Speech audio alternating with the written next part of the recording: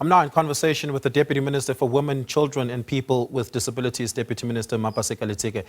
Deputy Minister, thank you so much for your time. Really do appreciate it. A lot of issues I want us to talk about, but just quickly, just want to get a reflection on your views on that story that we had just flighted of the young woman running away from her husband. The scourge of gender-based violence in South Africa is an ever-continuing one, and there are many who make the argument that perpetrators, or at least those who have been accused of gender-based violence, rape and related crimes, should not be given bail, given that the sort of persecution taking place once they have been released from police custody is what we see take place in society, as the young woman just testified over there. Do you have a view on that?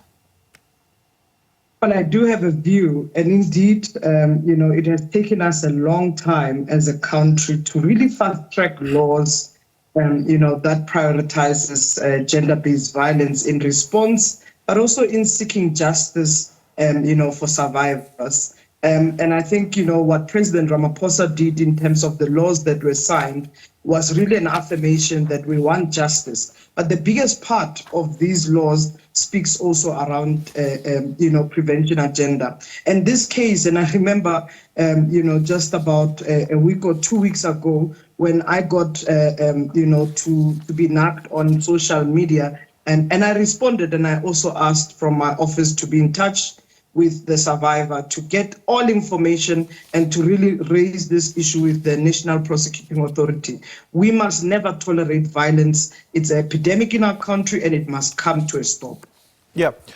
You recently delivered a speech at the 40-year commemoration of people living with disabilities in South Africa. 3.3 million South Africans live with a disability. In fact, if you take it on a spectrum, those living with moderate to severe disabilities, that number works out to a ratio of 1 in every 10 South Africans living with some disability, whether conspicuous or inconspicuous. The department is putting together a consultation plan following the white paper that was tabled on laws for people living with disabilities. What are some of those adjustments and reforms that your department believes need to take place to make the world, as South Africa, easier for people with disabilities to navigate and to live in? We've come a long way as South Africa.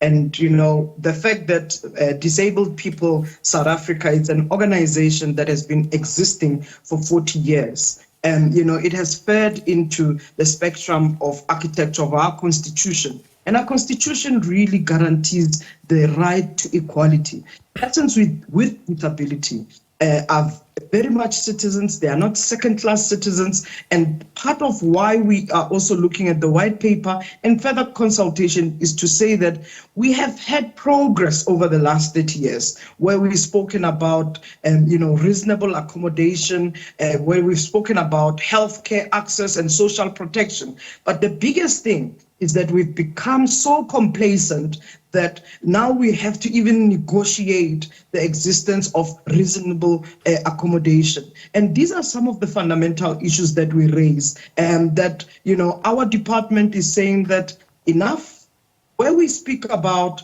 inclusion, where we speak about equality, it must be a lived reality.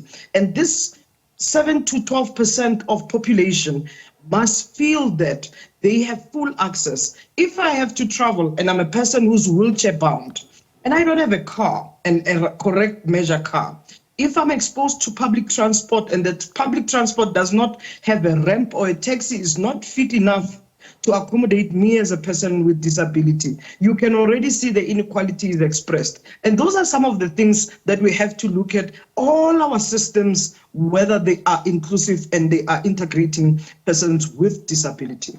What you're talking there about is wholesale reforms across every sphere of society. The question is, what are the low-hanging fruit that you can almost immediately effect change in? The low-hanging fruit really speaks about the correct measures, equipments, tools of operations when accessing health care. You can imagine that not one size fits all. So if at all you have access, all websites, all communication tools, methods in our country must be disability friendly. Bathrooms, we implemented the issue of bathrooms long time ago, but even persons with, who are not disabled are even utilizing these bathrooms. You can already not have that aspect where you have to be sensitive that a person who may be in need now has to wait for you while you have 10 more bathrooms that includes you. So the 10 kind of a low-hanging fruit speaks about awareness, speaks about reducing the barriers of care, but also speaks about immediate implementation of enforcing, that inclusivity.